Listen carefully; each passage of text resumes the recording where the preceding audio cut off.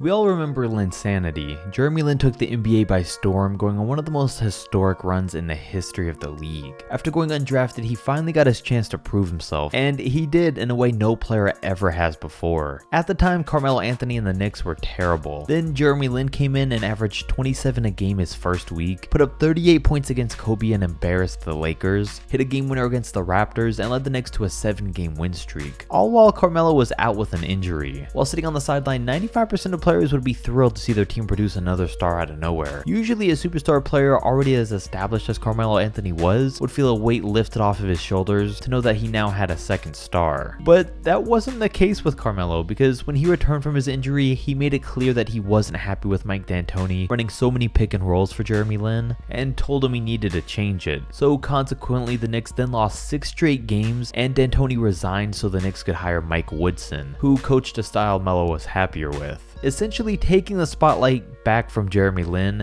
and letting everyone know he wasn't going to sacrifice even a little bit to let Linsanity continue and help his team. With Jeremy Lin on the court, the New York Knicks had a 16-10 record. Without him, 20-20. With Jeremy Lin on the court, Carmelo Anthony averaged 15.8 points per game. Without him that season, that number jumped up to 26.4 points per game. So we see a correlation here. When Carmelo Anthony averaged less points, the team won more games. But he still wouldn't budge even a little bit. Lin's season ended due to injury, but in the offseason, the Knicks said that they would pay any amount to re-sign Jeremy Lin, then instead let him walk to the Houston Rockets. All of this may or may not sound like a coincidence, but 1 year later, Amari Stoudemire confirmed all the rumors that Melo drove D'Antoni and Jeremy Lin out of New York. And this is the perfect example of a teammate holding back another. Who knows how well Jeremy Lin would have continued to play for New York in another season? Who knows how good he really could have made the Knicks and how much better his career would have turned out? Well, we'll never know thanks to Melo, but that's not the only case like this. It or something similar actually happened quite a few times in recent memory. So let's take you back to the 2009 and 10 NBA season. It was Steph Curry's first in the NBA, and he joined a team that had one of the NBA's better scorers in Monte Ellis, who had been leading the team the past couple of years. And even though Monte was averaging 25 a game and Curry had 17 a night, the team was still terrible and finished with a 26-36 record. The next year wasn't any better for them either. For a team that had two 6'3" guards in the backcourt essentially playing the same role as primary scorers, it was no surprise that it didn't work. And Monte Ellis had this to say about Steph Curry before they ever played a game together right after he was drafted.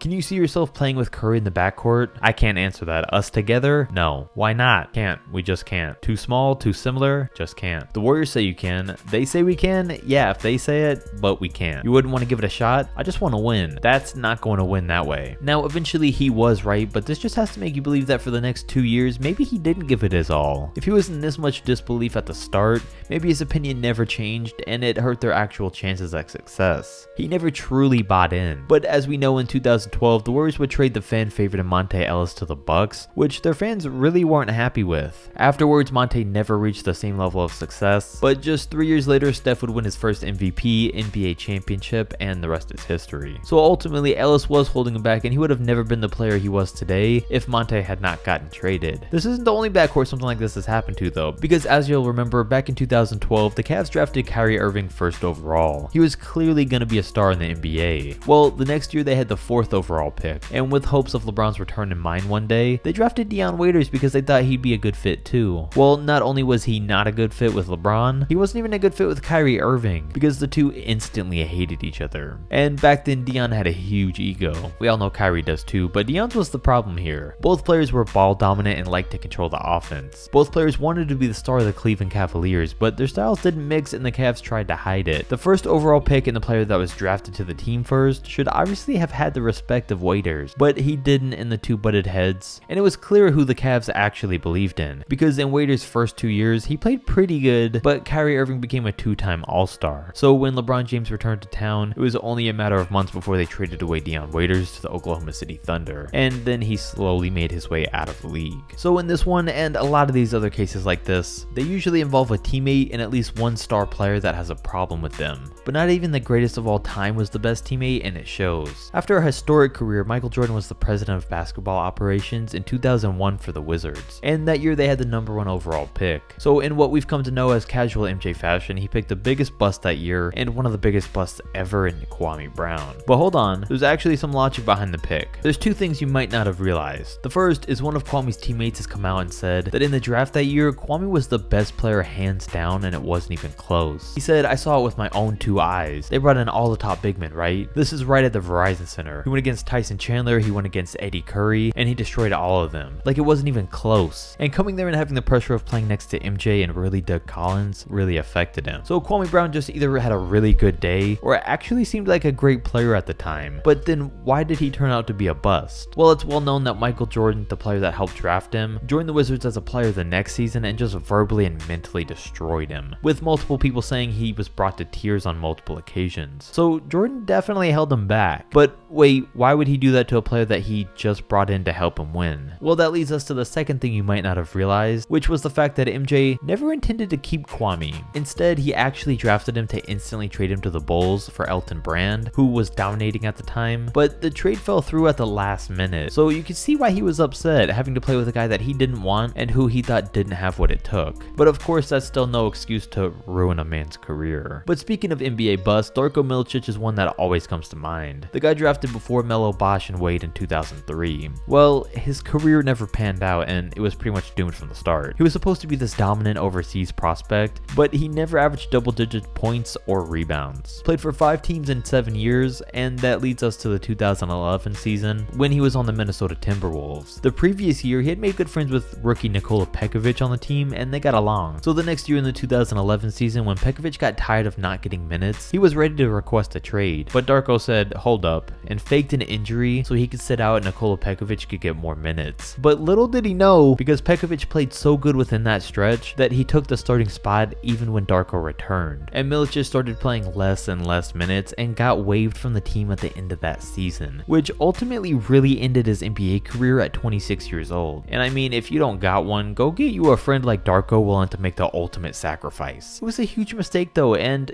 I guess you can't even say his teammate ruined his career because he did this one to himself. And I think we can all agree it was a dumb move. But something a little more controversial is saying that Russell Westbrook held back Kevin Durant in Oklahoma City. The two were thought of as the most dominant duo in the league for a lot of years. They played together for 8 seasons, and even with James Harden only made 1 NBA Finals. And without him as a duo, they never made another Finals appearance. And by the way, this is not anything to hate on Russ, but these guys always failed to meet expectations. They didn't play as good as they were expected to. Kevin Durant won 4 scoring titles and a league MVP while in OKC, while Russ won 1 scoring title himself. But having watched them play together for years myself, the problem always was that Westbrook was taking too many shots. He was taking too many opportunities away from KD when KD was clearly the best player on that team by far. They could deal with it in the regular season, they could get by. But when they were in the postseason and Russell Westbrook would hold on to the ball and take the last shot over Kevin Durant, when Russ would take more shots in the game than Kevin, who was much more efficient, it was clearly a system that wasn't gonna work, and it never did, which played a factor in why he left the team. There was clearly other problems with those in OKC, but I do feel like in that aspect, Westbrook did hold Kevin Durant back here. Then we can go back to the 2012 and 13 NBA season to remember when Dwight Howard joined the Los Angeles Lakers, disappointing attempt at a super team. One could look at this as Kobe and Steve Nash held back Dwight Howard because they were too hard on him, didn't allow him to be himself and made him uncomfortable, never allowing him to play like he was supposed to. One could say that his disastrous season and the pressure he may have had to return from his back injury early caused the real beginning of the end to his NBA career. These things could be said about Dwight Howard, but really, like most people, I place the blame on him in this situation. Now, there was obviously nothing that he could have done about Steve Nash being injured most of that 1 year he played there, and Kobe rupturing his Achilles right before the playoffs, causing them to get swept by the Spurs in the first round. But you could definitely say Dwight was the biggest thing that held this team back in the regular season. He didn't play like he was supposed to, his drive wasn't there, and that was really what started the internal destruction of this team. And because of it, the rest of the Lakers roster all eventually went their separate ways. So what we've learned today is even your teammates who you trust the most can be your biggest enemies more than any opponent out there. So watch your back.